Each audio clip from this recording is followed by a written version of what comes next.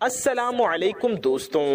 आज की इस वीडियो में हम आपके लिए एक ऐसा खास और पावरफुल वजीफा लेकर हाजिर हुए हैं। ये वो वजीफा है कि इस वजीफे से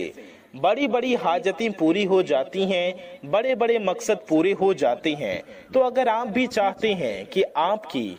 दिल की मुरादें पूरी हो जाएं, आप भी चाहते हैं कि आपके सारे मकसद पूरे हो जाएं और आपके रोजी रिस्क में बेपनाह बरकत हो और आपके घर में मालो दौलत बारिश की तरह बरसे, तो आज की इस वीडियो को आप पूरा जरूर देखिए। और आज की इस वीडियो में बताया गया ये पावरफुल वजीफा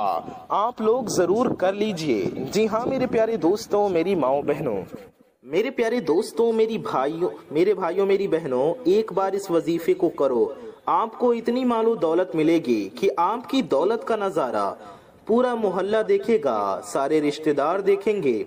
आपकी जिंदगी बदलते हुए पूरी दुनिया देखेगी। जी हाँ मेरे प्यारे दोस्तों, मेरे भाइयों, मेरी माओ बहनों, अगर आप परेशानियों ने आपको घेर लिया है, बीमारियों ने, कर्ज ने, पर मुसीबतों ने घेर लिया है, तो आप मायूस मत होना। अल्लाह पाक की जात पर पूरा यकीन करो और अल्लाह पर भरोसा करते हुए ये प्यारा सा पावरफुल वजीफा एक बार जरूर कर लेना। मेरे प्यारे दोस्तों, मेरे भाइयों, मेरी माओ बहनों, इस वजीफे को करते ही आप कमाल देखोगे, करिश्मा देखोगे कि कैसे आपकी जिंदगी में बदलाव होता है, कैसे आपके पास मालो दौलत खींची चली आती है, कैसे आपकी हाजतें पूरी हो जाती हैं, आपके काम बन जाते हैं। मेरे प्यारे दोस्तों, मेरी माओ बहनों, दौलत पैसा तो कुछ भी नहीं, आप एक बार ये वजीफा करो, आप देखेंगे कि आपको गैब से मालो दौलत आएगी, आपको गैब से पैसे मिलेंगे। दौलत को आते हुए आप खुद अपनी आंखों से देख लेना। दौलत अगर आपको इस वजीफे को करने के बाद ना मिले तो मेरा गिरेबान पकड़ लेना और फिर कहना कि तुमने ये वजीफा सही नहीं बताया, हमने तुम्हारे वजीफे को किया लेकिन हमें फायदा नहीं हुआ। मेरे प्यारे दोस्तों, मेरी माओ बहनों, कुरान पाक का वजीफा आज मैं आपको बता रहा हूँ। अल्लाह पर यकीन रखकर इस कुरानी वजीफे को कीजिए और फिर कमालात अपनी आंखों से देखिए। अगर आपकी मुरादें पूरी ना हो जाएं, आपको खुशियां ना मिलें, तो मेरा गिरेबान पकड़ लेना। मेरे प्यारे दोस्तों, मेरी माओ बहनों, किसी भी दिन किसी भी वक्त आप इस वीडियो को देख रही हैं, इस वीडियो को अभी पूरा जरूर देख कर जाइएगा, क्योंकि इस वीडियो को देखने के बाद इंशाल्लाह आपकी जिंदगी बदल जाएगी। आप यकीन करें कि आपके पास दौलत रखने की जगह कम पड़ जाएगी, लेकिन मेरे प्यारे दोस्तों, मेरी माओ बहनों, दौलत आनी बंद नहीं होगी। दौलत इतनी तेजी से आएगी और चारों तरफ से आएगी, हर तरफ से आपको गैब से मालो दौलत मिलना शुरू हो जाएंगी। इस अमल को जो भी करेगा उसे जरूर फायदा होगा। जो हमारे भाई बहन परेशान हैं और कहते हैं कि हमारी हाजत पूरी नहीं होती, हमारी ख्वाहिशें पूरी नहीं होती, हमारी जेब खाली हो चुकी है, हमारे घर खाली हो चुके हैं, हम कंगाल हो चुके हैं, हमारे पास पैसे नहीं हैं, हमारे पास दौलत नहीं है, हमें कोई ऐसा वजीफा बता दें जिससे हमारी हाजतें पूरी हो जाएं, हमारी मुरादें पूरी हो जाएं। हम बिल्कुल कंगाल हो चुके हैं, हमारे घरों में फाके हैं, परेशानियां हैं, बीमारियां हैं, तंग दस्तियां हैं। तो मेरे प्यारे दोस्तों, मेरी माओ बहनों, इस वजीफे को आप जरूर कर लीजिए। आपको इतना फायदा होगा कि आप हाथ उठाकर इंशाल्लाह मुझे दुआएं देंगे। जी हाँ मेरे प्यारे दोस्तों, मेरी माओ बहनों, आइए जानते हैं इस वजीफे को करने का तरीका क्या है। मेरे प्यारे दोस्तों, मेरी माओ बहनों, ये वजीफा बहुत आसान है। इस वजीफे को आपको सिर्फ सुन लेना है। जी हाँ मेरे प्यारे दोस्तों, आपको ये वजीफा पढ़ना नहीं है, बल्कि सिर्फ सुन लेना है। जी हाँ, चलते फिरते उठते बैठते किसी भी दिन किसी भी वक्त आप ये वजीफा सुन सकते हैं। आपको ये वजीफा सुनने के लिए कहीं जाना भी नहीं है, बल्कि आज की इसी वीडियो के अंदर हम आपको ये प्यारा सा पावरफुल वजीफा खुद पढ़कर सुनाएंगे इंशाल्लाह। तो आप किसी भी दिन और किसी भी वक्त इस वीडियो को देख रहे हो, अब आपको इस वीडियो को पूरा देखकर ही जाना है। इस वीडियो को छोड़कर हरगिज ना जाएं, बल्कि इसी वीडियो में ये वजीफा पूरा जरूर सुन लें। आप खाना खा रहे हो, पानी पी रहे हो, या अपना कुछ काम कर रहे हो, खाना पका रहे हो, जो भी कर रहे हो, इस वजीफे को आप चला दें और पूरा सुन लें। और अगर सुन नहीं सकते तो सिर्फ अपने घर में, अपने मकान में, या आप जहां रहते हो वहां یا اپنی دکان میں اس وظیفے کو چلا دیں اور پھر آپ خود اس کی برکتیں دیکھیں گے، تب بھی انشاءاللہ آپ کو فائدہ ہوگا۔ اور اگر اپنے دل میں اپنی حاجتوں کو لے کر اس وظیفے کو سنیں گے تو انشاءاللہ تعالی آپ کی وہ حاجتیں، آپ کی وہ مرادیں اللہ پاک نے چاہا تو ضرور پوری ہوں گی۔ اگر آپ کے گھر میں کوئی بیمار ہیں تو انہیں یہ وظیفہ ضرور سنائیے۔ انشاءاللہ اس وظیفے کو سننے سے آپ خود دیکھیں گے کہ کیسے انہیں فائدہ ہوتا ہے۔ اللہ پاک نے چاہا تو انشاءاللہ شفایابی نصیب ہوگی۔ آپ چاہے جمعے کے دن دیکھ رہے ہوں، جمعرات کے دن، شنیچر، اتوار، سوموار، منگل، بدھ، کسی بھی دن اس ویڈیو کو دیکھ رہی ہوں، اس ویڈیو کو پورا ضرور دیکھ کر جائیں۔ آپ اس وظیفے کو بنا وضو کے بھی کر سکتی ہیں۔ جی ہاں، آپ اسی ناپاکی کی حالت میں بھی آپ اس وظیفے کو سن سکتے ہیں، بنا وضو کے بھی سن سکتے ہیں۔ آپ یہ وظیفہ کیجئے اور دیکھیے اطمینان سے کہ کیسے آپ کے گھر میں دولت کا طوفان آتا ہے، کیسے آپ کا بڑے سے بڑا مقصد پورا ہوتا ہے، آپ کے دل کی حاجتیں، مرادیں پوری ہوتی ہیں۔ تو میرے پیارے دوستوں، میری ماں بہنوں، اس چینل پر اگر آپ نئے آئے ہیں تو اس چینل کو سبسکرائب ضرور کر لیجئے، کیونکہ اس چینل پر آپ کی ضرورت کی بہت ہی پیاری ویڈیوز آتے رہتی ہیں۔ تو اس چینل کو ضرور سبسکرائب کر لیجئے، ساتھ ہی ساتھ بغل میں بیل آئیکن ہوگا، ایک گھنٹے کا نشان ہوگا، اسے بھی آل پہ پریس کر دیجئے۔ اس سے آنے والی ویڈیوز کی نوٹیفیکیشنز بھی آپ تک سب سے پہلے پہنچ آتی رہیں گی اور آپ ان ویڈیوز کو دیکھ کر فائدہ حاصل کر سکیں گے۔ میرے پیارے دوستوں، ویڈیو کو اگر ابھی تک آپ نے لائک نہیں کیا ہے تو اس ویڈیو کو دل سے ایک لائک ضرور کر دیجئے اور کامنٹ میں بھی آپ ماشاءاللہ، سبحان اللہ، اللہ اکبر ضرور لکھیے۔ اللہ پاک سے دعا ہے اللہ تعالی ہم سب کی حاجتوں کو، مرادوں کو پورا فرمائے، ہم سب کی پریشانیوں کو دور فرمائے، ہم سب کے مقصد میں کامیابی عطا فرمائے۔ آمین ثم آمین۔ کامنٹ باکس میں جائیے اور آمین ضرور لکھیے۔ میرے پیارے دوستوں، میری ماں بہنوں، آپ کو یہ وظیفہ پورا سننا ہے۔ جان بوجھ کر وظیفے کو سکپ کر کے بھگا کر سنیں گے تو آپ کا وظیفہ نہیں ہوگا، اس لیے وظیفے کو پورا ضرور سنیے۔ تو آئیے وظیفہ سنتے ہیں۔ اللہم صلی علی محمد وعلی آل محمد کما صلیت علی ابراہیم على إبراهيم وعلى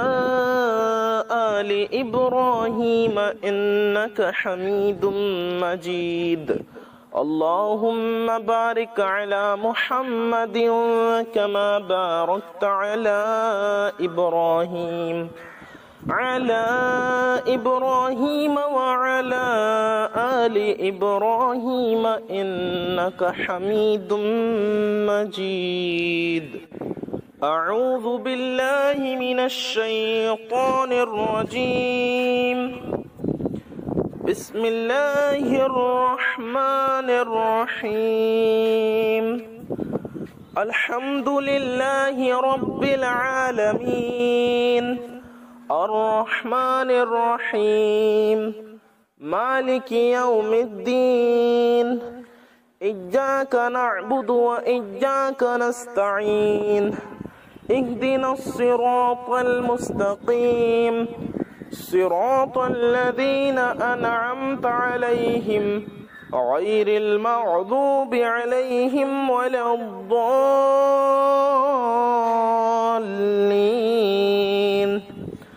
آمين بسم الله الرحمن الرحيم يا أيها المزمل قم الليل إلا قليلا نصفه أو انقص منه قليلا أو زد عليه ورتل القرآن ترتيلا إنا سنلقي عليك قولا ثقيلا إن ناشئة الليل هي أشد وطئا وأقوم قيلا إن لك في النهار سبحا طويلا واذكر اسم ربك وتبتل إليه تبتيلا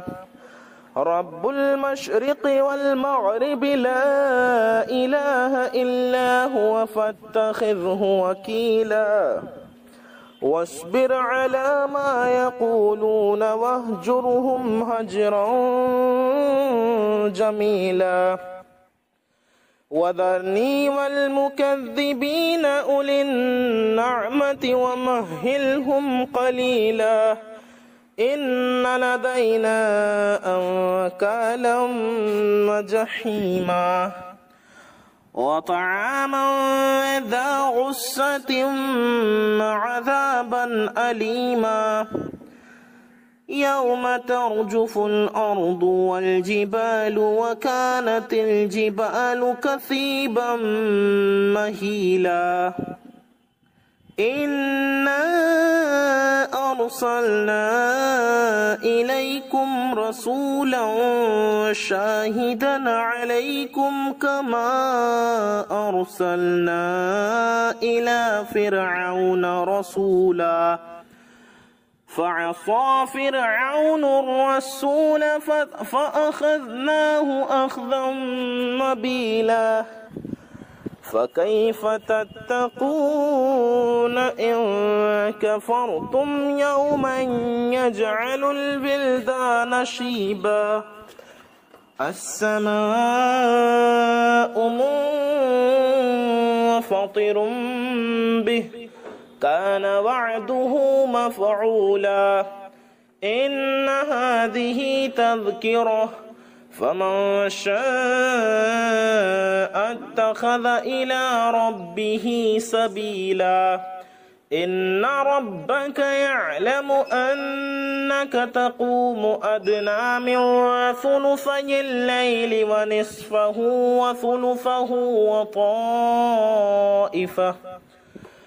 وثلثه وطائفة من الذين معك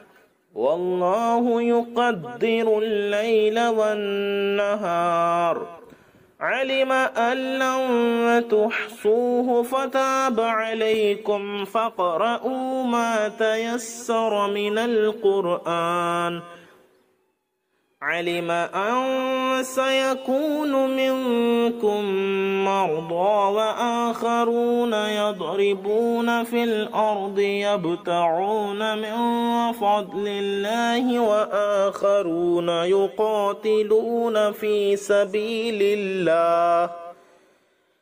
يقاتلون في سبيل الله فاقرؤوا ما تيسر منه وأقيموا الصلاة وآتوا الزكاة وأقرضوا الله قرضا حسنا وما تقدموا لأنفسكم من خير تجدوه عند الله هو خيرا وأعظم أجرا واستغفروا الله إن الله غفور رحيم بسم الله الرحمن الرحيم يا أيها المدثر قم فأنذر وربك فكبر وثيابك فطهر والرجز فاهجر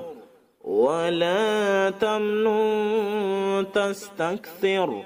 ولربك فاصبر فإذا نقر في الناقور فذلك يومئذ يوم عصير على الكافرين غير يسير ذرني ومن خلقت وحيدا وجعلت له مالا ممدودا وبنين شهودا ومهدت له تمهيدا ثم يطعم أن أزيد كلا إنه كان لآياتنا عنيدا سأرهقه صعودا إنه فكر وقدر فقتل كيف قدر ثم قتل كيف قدر ثم نظر ثم عبس وبصر ثم أدبر واستكبر فقال إن هذا إلا سحر يؤثر إن هذا إلا قول البشر سأصليه سقر وما أدراك ما سقر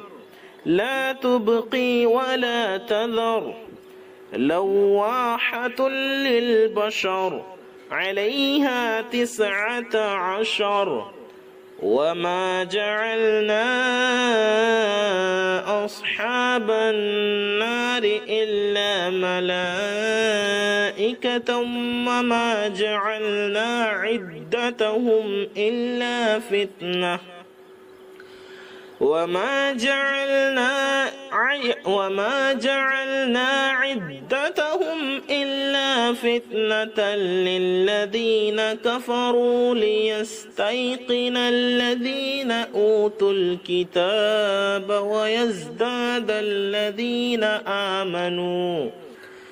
ويزداد الذين آمنوا إيمانا ولا يرتاب الذين أوتوا الكتاب والمؤمنون وليقول الذين في قلوبهم مرض والكافرون ماذا أراد الله بهذا مثلا كذلك يضل الله من يشاء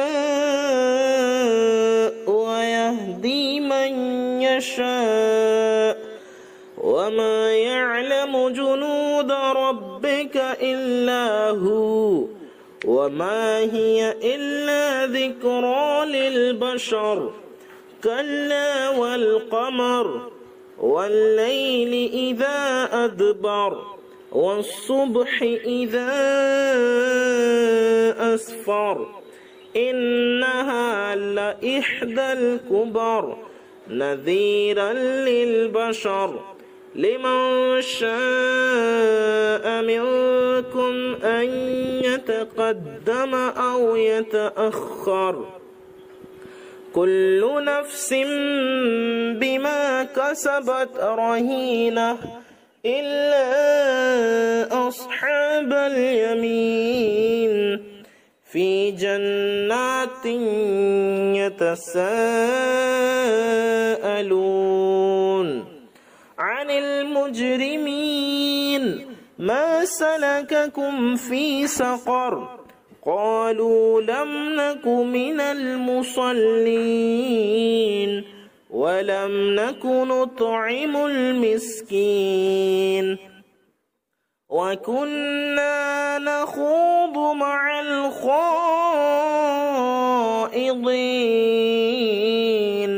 وكنا نكذب بيوم الدين حتى أتانا اليقين فما تنفعهم شفاعة الشافعين فما لهم عن التذكرة معرضين كأنهم حمر مستنفرة قرت من قسورة بل يريد كل امرئ منهم أن يؤتى صحفا منشرة كلا بل لا يخافون الآخرة كلا إنه تذكرة فمن شاء ذكره وما يذكرون إلا أن يشاء الله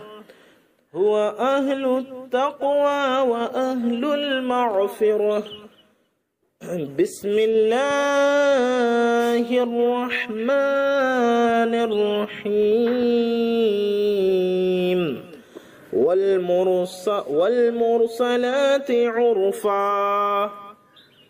فالعاصفات عصفا والناشرات نشرا فالفارقات فرقا فالملقيات ذكرا عذرا أو نذرا إنما توعدون لواقع فإذا النجوم طمست وإذا السماء فرجت وإذا الجبال نسفت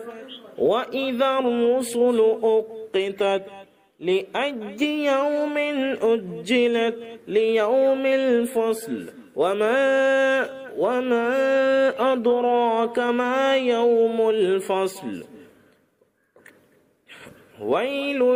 يومئذ للمكذبين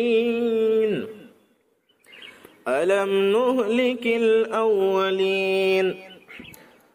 ثم نتبعهم الآخرين كذلك نفعل بالمجرمين ويل يومئذ للمكذبين ألم نخلقكم من ماء مهين فجعلناه في قرار مكين إلى قدر معلوم فقدرنا فنعم القادرون ويل يومئذ للمكذبين ألم نجعل الأرض كفافا أحياء أمواتا وجعلنا فيها رواسي شامخات أسقيناكم ماء فراتا ويل يومئذ للمكذبين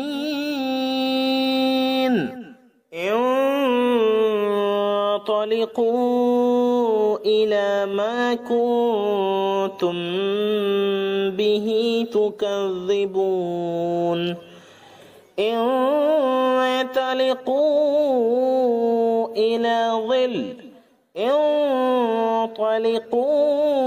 إلى ظل وذي 3 شعب لا ظليل ولا يغني من اللهب إنها ترمي بشرر كالقصر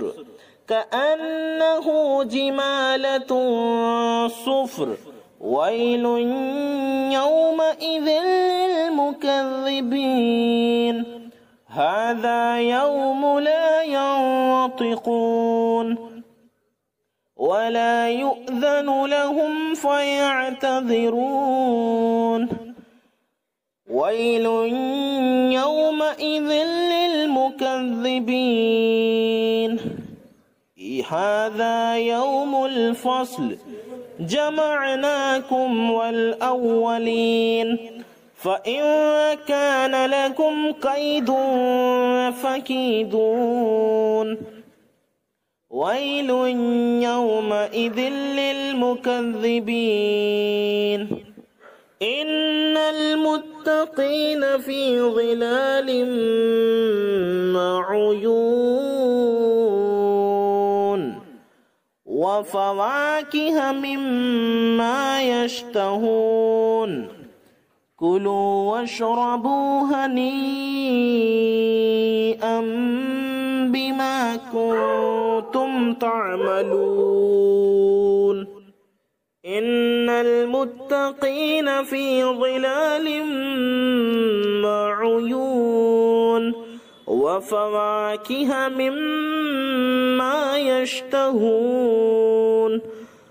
كلوا واشربوا هنيئا بما كنتم تعملون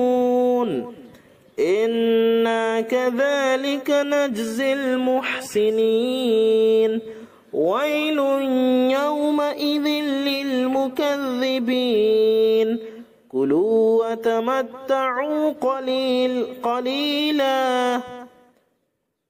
كلوا وتمتعوا قليلا إنكم مجرمون ويل يومئذ للمكذبين